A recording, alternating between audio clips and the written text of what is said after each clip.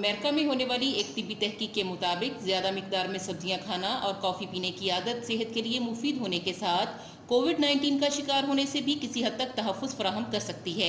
अर्थ western university की तहकीक में बताया गया कि सब्जियां खाना और कॉफ़ी पीना कोविड का ख़तरा किसी हद तक कम करने में मददगार ग़िज़ाई आदत साबित हो सकती हैं।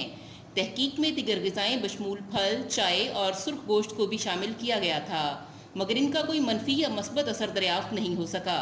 और इसके मुकाबले में प्रोसेस गोश्त के खाने का शौक कोरोना वायरस का शिकार होने का खतरा भी बढ़ा सकता है।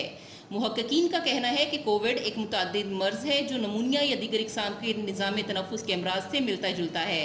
हम जानते हैं कि मुदाफ़अत इस तरह के कुछ मुतअद्दी अमराज से लड़ने के लिए सलाहियत में अहम किरदार अदा करती है। उन्होंने बताया कि यही वजह थी कि हम ये जानना चाहते थे कि ग़िज़ा कोविड से बचाने में किस हद तक किरदार अदा करती है, क्योंकि हमें मालूम है कि ग़िज़ा मुदाफ़अत पर असरअंदाज होती है। उनका कहना था कि ज़्यादातर तहकीकी काम में कोविड से शिकार होने के बाद लोगों पर मुरतब होने वाले मसाइल पर तवज्जो मरकूज़ की गई है, मगर वज़न से हटकर ख़तरे के अनासर पर ज़्यादा काम नहीं किया गया।